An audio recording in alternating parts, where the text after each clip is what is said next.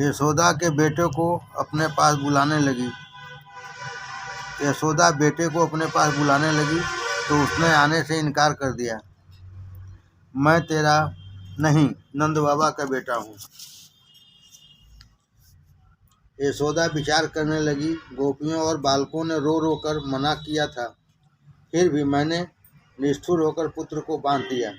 कन्हैया रूठ गया है। वह रोने लगी कि बेटा कब मेरी गोद में आएगा।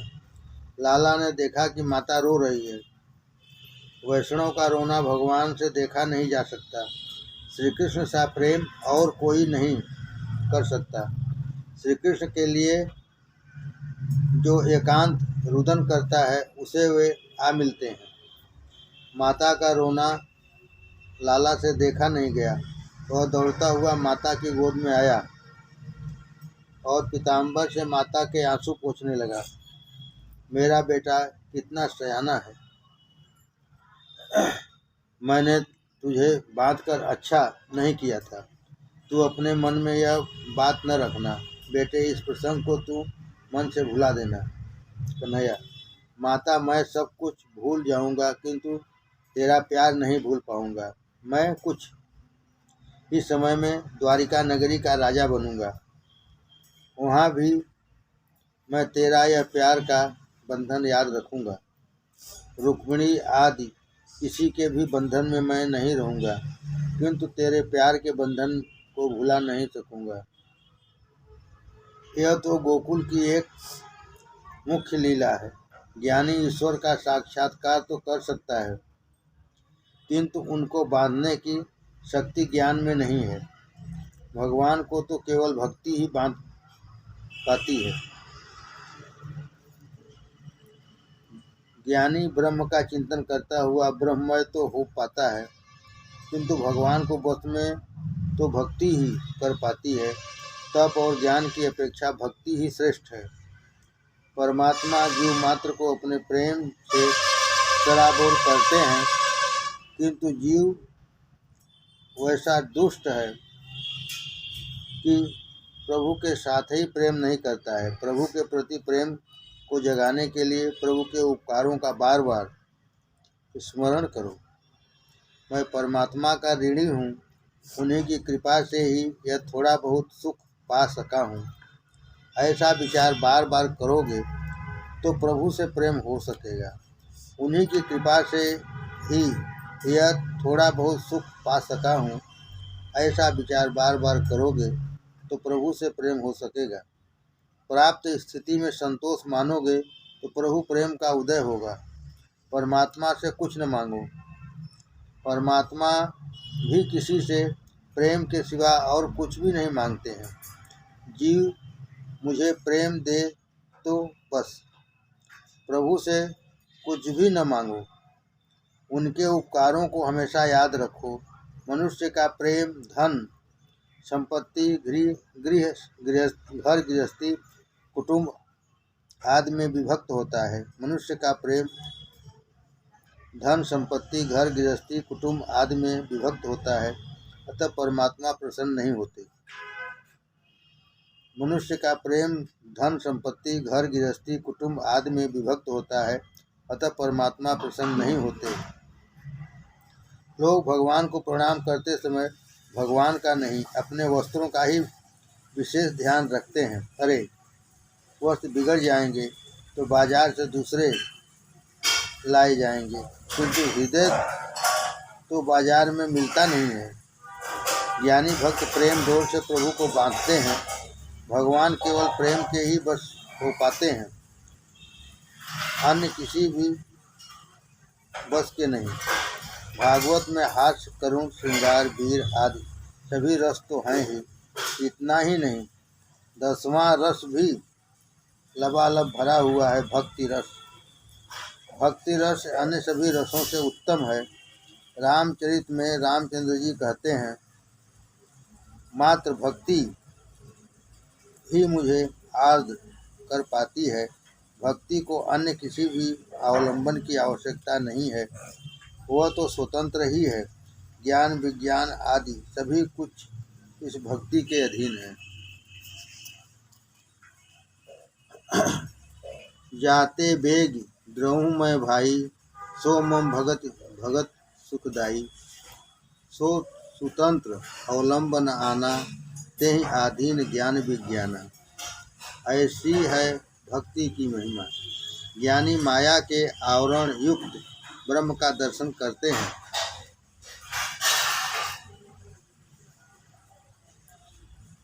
ज्ञानी को कीर्ति आदि की क्या होती है।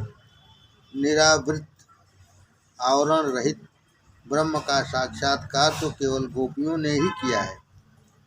जब तक जीव निर्दोष नहीं हो पाता तब तक ईश्वर का दर्शन पा नहीं सकता।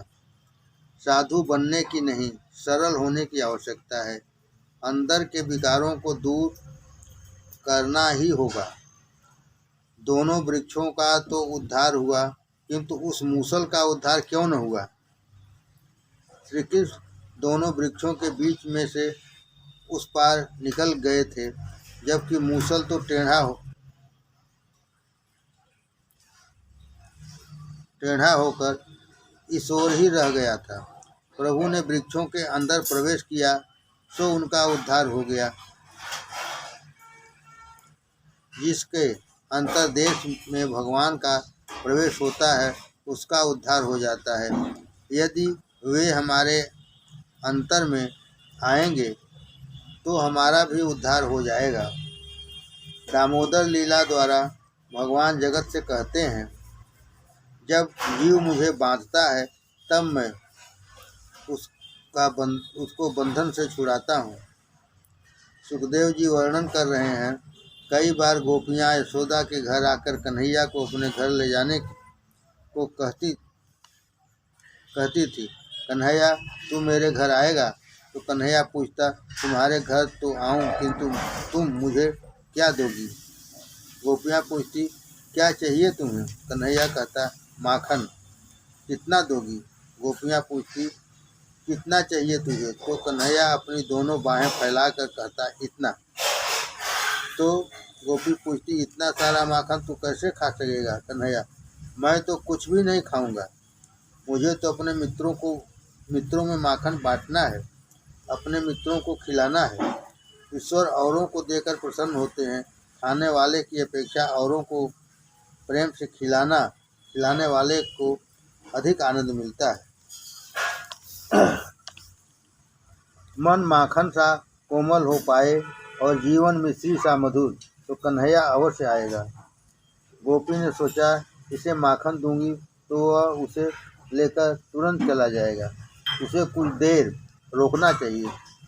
उसने कहा, लाला, माखन मुफ्त में नहीं मिलेगा, तुझे मेरे घर का कुछ न कुछ काम भी करना होगा। कन्हैया ने पूछा, कौन सा काम करना होगा मुझे? गोपी ने कहा, जा वह पाट ले आ। वैसे वह था तो बहुत बड़ा वजनदार, किंतु कन्हैया ने सोचा कि उसे उठा लाऊंगा तो सभी बालकों को माखन खिला सकूंगा। वह पाट वजनदार था, सो हाथ से छूट गया और कन्हैया का पीताम्बर भी खिसक गया। ब्रह्म ज्ञान प्राप्त होने के बाद भी अविद्या का अंश बाकी रह जाता है, क्योंकि प्रारब्ध कर्म तो भुगतना ही पड़ता है। अज्ञान का पूर्ण नाश हो जाए तो प्रारब्ध कौन भोगेगा? अज्ञान का पूर्ण नाश हो जाए तो प्रारब्ध कौन भोगेगा? ब्रह्म ज्ञान से प्रारब्ध कर्म का नाश नहीं हो पाता। ब्रह्म ज्ञान से प्रारब्ध कर्म का नाश नहीं हो पाता। ब्रह्म ज्ञान से क्रियमाण और संचित कर्मों का नाश होता है। जब तक इस देह का प्रारब्ध है तब तक अविद्या शेष रहती है। प्रारब्ध कर्म के भुगतान के बाद इसका नाश होता है। ज्ञानी को ब्रह्म साक्षात्कार होने पर अविद्या का अंश बाकी रह जाता है और कुछ आवरण के साथ साक्षात्कार होता है, किंतु इन ब्रज भक्तों को तो अनावृत श्री कृष्ण के दर्शन होते हैं। वैसे तो दुर्योधन को भी श्री कृष्ण भगवान के दर्शन हुए थे, किंतु बीच में माया का आवरण था, सो उसका उद्धार नहीं हो पाया। कन्हैया पाट लाया और उसने माखन मांगा तो गोपी ने कहा, लाला तू नाच तो सही जरा। माखन के लोभ से कन्हैया अब नाचने लगा। जगत को नचाने वाला नटवर गोपी के प्रेम के वशीभूत होकर स्वयं नाच रहा है। कवि रसखान कहते हैं, शेष महेश गणेश दिनेश सुरेशम जाहि निरंतर गावें, जाहि अनादि अनंत अखंड अछेद अभेद सुवेद बतावें, नारद से सुख व्यास रटें, पतिहारे तहु पुनि पार न पावें, ताहि अहिर की छोकरियाँ कछिया बड़ी छाज पर नाच नचावें। गोपियों के प्रेम से बंधे हुए श्री कृष्ण उनके घरों का काम कर रहे हैं। गोपियों के सिर पर पानी की गगरियाँ चढ़ाते हैं, सामान इधर उधर करने में मदद करते हैं, उनके मनोरंजन के लिए नाचते भी हैं।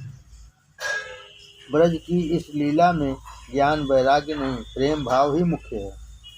एक मालिन का प्रसंग भी है इन लीलाओं में। ब्रज में एक सुखिया नाम की मालिन थी, जो रोज रोज कृष्ण कथा सुनती। भक्ति उसके लिए एक व्यसन सी हो गई थी। तुकाराम को भी व्यसन रूपा भक्ति सिद्ध हुई थी। उन्होंने कहा, पढ़ले इंद्रिया सकला वल्लण। सभी इंद्रियों को ऐसी आदत सी हो गई है कि ईश्वर के भजन के लिए बिना वे ईश्वर सभी इंद्रियों को ऐसी आदत सी हो गई है ईश्वर के भजन के किए बिना वे रह नहीं सकती। मालिन का प्रेम धीरे धीरे बढ़ने लगा। श्रवण भक्ति व्यसन सी हो गई। श्रवण भक्ति व्यसन सी हो गई। भक्ति का व्यसन सिद्ध करो। अन्य सभी व्यसन भक्ति मार्ग में बाधा रूप है, अतः भक्ति को ही व्यसन बना दो।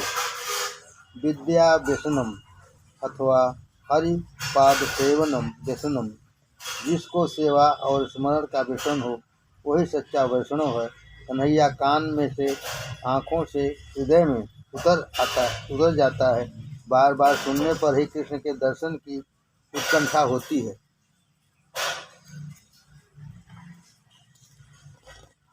लाला के दर्शन के लिए सुखिया आती है। अधिकार के बिना भगवान के दर्शन नहीं हो पाते।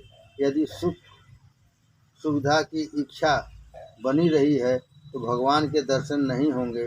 जीव जब पूर्णतः निष्काम और वासनाहीन बनता है तभी वे दर्शन देते हैं। ईश्वर दर्शन के सिवाय अन्य कोई भी वासना सूक्ष्म रूप से भी शेष रह गई होगी तो ईश्वर दर्शन नहीं होंगे। ईश्वर दर्शन के सिवाय अन्य कोई भी वासना सूक्ष्म रूप से भी शेष रह गई होगी तो ईश्वर दर्शन नहीं देंगे। सुखिया मालिन हर रोज नंद बाबा के आंगन में आती जाती थी, किंतु कन्हैया बाहर निकलता ही नहीं था। तो उसने एक भूदेव से कृष्ण दर्शन का उपाय पूछा। भूदेव यह जानकर प्रसन्न हुए कि यह एक जिज्ञासु और सुपात्र जीव है। तो उन्होंने सुखिया से कहा, अपने घर में बाल कृष्ण की सेवा साधना स्मरण करती रहोगी तो वह प्रसन्न होगा। ईश्वर को वश में करने का एक अच्छा साधन है सेवा स्मरण। आग्रह सेवा स्मरण का रखो, ईश्वर दर्शन का नहीं। आग्रह सेवा स्मरण का रखो, ईश्वर दर्शन का नहीं। जीव को पात्रता मिलते ही ईश्वर उसे दर्शन देते हैं। लंबी लंबी दाढ़ी वाले साधु भी दर्शन के लिए आते रहते थे। कन्हैया सोचता था, इन साधुओं की दाढ़ी जितनी बाहर उतनी ही अंदर भी हो सकती है। अंदर के काम विकार शायद अब भी बाकी ही होंगे। यशोदा जी कभी उसे जबरन बाहर खींच लाती तो वह अपना मुंह फेर कर माता की साड़ी में छिपा लेता था। वे साधु अभी मुख दर्शन पाने के योग्य नहीं हो पाए थे। भगवान तो तन की बात भी जानते हैं और मन की। पात्रता पाए बिना जीव ईश्वर का दर्शन पा नहीं सकता। मालिन ने कहा, मैं सेवा कैसे करूं? मैं तो बड़ी गरीब हूं। भूदेव, तू रोज 21,000 बार माला फेरना। कुछ साधन तो करना ही होगा। साधन करते करते जीव जब नम्र होकर आंसू बहाने लगता है तब ईश्वर कृपा करते हैं। कथा श्रवण के बाद कुछ व्रत नियम लिया जाए। कथा मार्गदर्शिका है। कथा श्रवण करने पर कुछ तो व्रत करो। मालिन को भांति भांति के साधन बताए गए, किंतु वे सब उसके अनुकूल नहीं थे। तो भूदेव ने कहा, यदि तू कुछ भी नहीं कर सके तो कम से कम नंद बाबा के घर की हर रोज 108 बार प्रदक्षिणा कर। प्रणाम साष्टांग किए जाते हैं और प्रदक्षिणा चतुरंग। प्रदक्षिणा करते समय हाथ जोड़ वंदन करते हुए प्रभु का नाम जपते रहना। कीर्तन करते करते धीरे धीरे प्रदक्षिणा की जाए। कुछ लोग इस तरह दौड़ते हुए प्रदक्षिणा करते हैं मानो उनके पीछे कोई भूत दौड़ा हुआ आ रहा हो। प्रदक्षिणा में ऐसी भाग दौड़ अच्छी नहीं है। 3 वर्षों तक प्रदक्षिणा का यह नियम बनाए रखना। कन्हैया अवश्य दया करेगा। तो मालिन इस प्रकार रोज प्रदक्षिणा करने लगी। मनुष्य प्रायः अपने दैनिक कार्य तो नियम से करता है, निद्रा और भोजन में तो वह बड़ा नियम रखता है, किंतु भजन में उसकी नियमितता न जाने कहाँ हवा हो जाती है। भजन किए बिना खाने वाला पाप खाता है। मनुष्य जितनी देखभाल अपने कपड़ों की करता है, यदि उतनी ही देखभाल अपने मन की भी करे तो वह मलिन न हो पाए। सत्कर्म से नियमितता होनी चाहिए। सत्कर्म में नियमितता होनी चाहिए। नियमित सत्कर्म करने वाला ही संत है। नियम रखने वाले की ठाकुर जी परीक्षा भी लेते हैं। मालिन रोज परमात्मा को मनाती रहती, नाथ दर्शन दीजिए। 3 वर्ष पूरे हो गए, अब तो कृष्ण विरह असह्य हो गया है। उसका मन भी शुद्ध हो गया है। आज उसने निश्चय किया है कि जब तक कन्हैया का दर्शन न कर पाऊँ तब तक मैं नंद बाबा के आंगन से नहीं हटूंगी। जीव जब प्रभु की वियोगाग्नि में छटपटाने लगता है, भगवान आ मिलते हैं। अपने सिर पर धूल फल की टोकरी उठाए सुखिया फूल फल अपने सिर पर फूल फल की टोकरी उठाए सुखिया मालिन प्रदक्षिणा करने लगी। परमात्मा को सबरी के बेर याद आ गए। दर्शनातुर मालिन को मुझे दर्शन देना होगा। कटी पर सोने की करधनी, हृदय में बाजूबंद, गले में कंठी, पग में पैजनिया और मस्तक पर मोर पंख से विभूषित बाल कन्हैया ठुमुक करता हुआ आंगन में आया। दर्शनातुर मालिन के सामने आकर हाथ फैलाकर लाला फल मांगने लगा। बाल कन्हैया से मालिन भी बातें करने के लिए आतुर थी। अपने सुख दुख की बातें कन्हैया से एकांत में कहना। अपने दुख की कथा कृष्ण के सिवाय किसी और से न कहना, वह तुम्हें सुख देगा। मालिन ने सोचा कि यदि लाला के हाथ में फल रख देंगी तो तुरंत ही वह भीतर लौट जाएगा। तो वह उसको बातों से रोकने लगी। मैं फल देने नहीं, बेचने आई हूँ। फल ले और मुझे अनाज दे। फिर उसे दुख भी हुआ कि अनाज मांगा ही क्यों। उसे कोई संतान न थी। यदि मेरे घर पुत्र हुआ तो मैं बड़ी पापिनी हूँ। कन्हैया बड़ा दयालु और प्रेमी है। वह मेरी गोद में आएगा तो मैं उसे प्यार करूँगी। बाल कृष्ण दौड़ता हुआ 2 मुट्ठी भर चावल ले आया और मालिन की टोकरी में रख दिए। अब तो फल दो। मालिन ने कहा, मेरी गोद में तो बैठ बेटा, मैं तुमसे सुख दुख की बातें करना चाहती हूँ। तो कन्हैया उछल कर उसकी गोद में जा बैठा। मालिन की इच्छा परिपूर्ण हुई। ब्रह्म संबंध संपन्न हुआ। हजारों वर्ष का विरही जीव आज ईश्वर से जा मिला। प्रेम में कहीं तृप्ति होती भी है क्या? कन्हैया कहने लगा, मैं तो सभी का बालक हूँ, पिता हूँ और माता भी हूँ। मेरे साथ जो जैसा प्रेम करेगा वह वैसा ही पाएगा। मालिन ने लाला को बड़े अच्छे मीठे फल दिए। दोनों आनंदित हो गए। फल मिलते ही लाला भागा हुआ घर में चला गया। मालिन ने प्रभु से प्रार्थना की कि कहीं अपने कन्हैया को अपनी ही नज़र न लग जाए। अपनी टोकरी लेकर सुखिया घर वापस आई। टोकरी सिर से उतारी तो देखा कि वह तो रत्नों से भरी हुई है। उसे सुखद आश्चर्य हुआ। सोचने लगी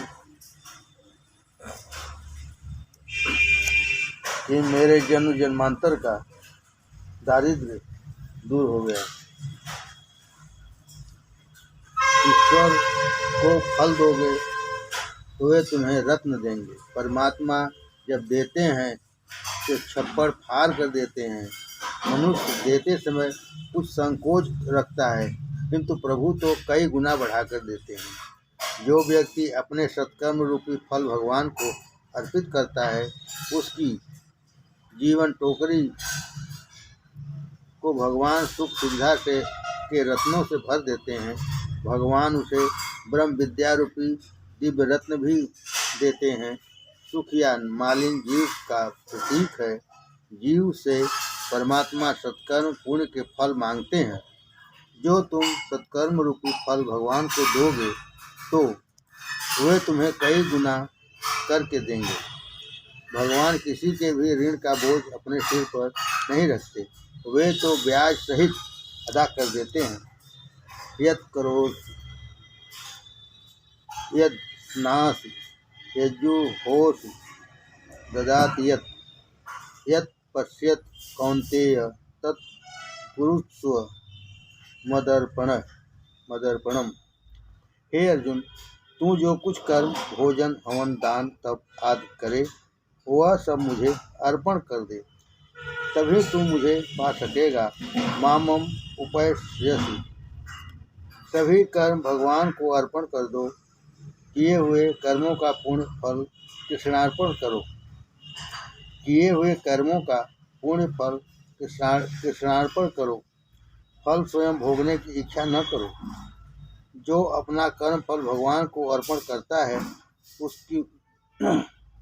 उसको बुद्धि रूपी टोकरी ब्रह्म ज्ञान के रत्नों से छलक जाती है। कन्हैया सभी को फल देता है। भगवान की गोकुल लीला यहाँ परिपूर्ण हुई है। बाल लीला का श्रवण श्रद्धा उत्पन्न करता है और किशोर लीला का श्रवण भक्ति। बाल लीला का श्रवण श्रद्धा उत्पन्न करता है और किशोर लीला का श्रवण भक्ति। अब वृंदावन लीला का आरंभ हो रहा है। भारत भूमि कर्म भूमि है, अन्य देश भोग भूमि है। हमारे यहाँ कर्मानुसार फल मिलते हैं। प्रत्येक कर्म को परमात्मा की आज्ञा मानकर पूर्ण करो। भक्ति और कर्म में वैसे कोई अंतर नहीं है। प्रभु को प्रसन्न करने के लिए किया कर्म ही भक्ति है। प्रभु को प्रसन्न करने के लिए किया कर्म ही भक्ति है। कर्म में फलेच्छा कपट है। कर्म में फलेच्छा कपट है। फल इच्छा किए बिना किया गया कर्म ही भक्ति है। जो कोई प्रत्येक कर्म ईश्वर के हेतु करता है, उसके वे सारे कर्म भगवान की भक्ति बन जाती है। जो कोई प्रत्येक कर्म ईश्वर के हेतु करता है, उसके वे सारे कर्म भगवान की भक्ति बन जाती है। कर्म करते समय भगवान के लिए ही करने की निष्ठा रखनी चाहिए। कर्म करते समय ईश्वर से संलग्न रहे तो प्रत्येक क्रिया भक्ति बन जाएगी। व्यवहारों को अतिशुद्ध रखोगे, वे सब भक्ति ही बन जाएंगे। पाप करते समय मनुष्य ईश्वर को भूल जाता है। ईश्वर सर्वव्यापी और सर्वत्र है। मानोगे तो आप पाप नहीं कर पाओगे। व्यवहार और भक्ति में अधिक अंतर नहीं है। ईश्वर भावना रखकर किया गया व्यवहार भक्ति है। जब तक शरीर है तब तक व्यवहार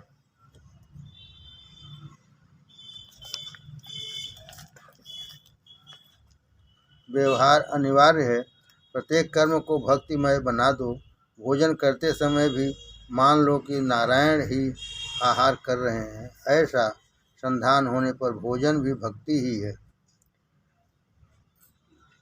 व्यवहार को भक्ति और ज्ञानमय बनाओ। ईश्वर से कभी दूर मत जाओ। कभी निठल्ले मत रहना। निठल्ला हाथ पाप कर बैठता है। काम काज करने की आदत का एकाएक त्याग कर दोगे तो शरीर पापाचार करने लगेगा। काम काज करने की आदत का एकाएक त्याग कर दोगे तो शरीर पापाचार करने लगेगा।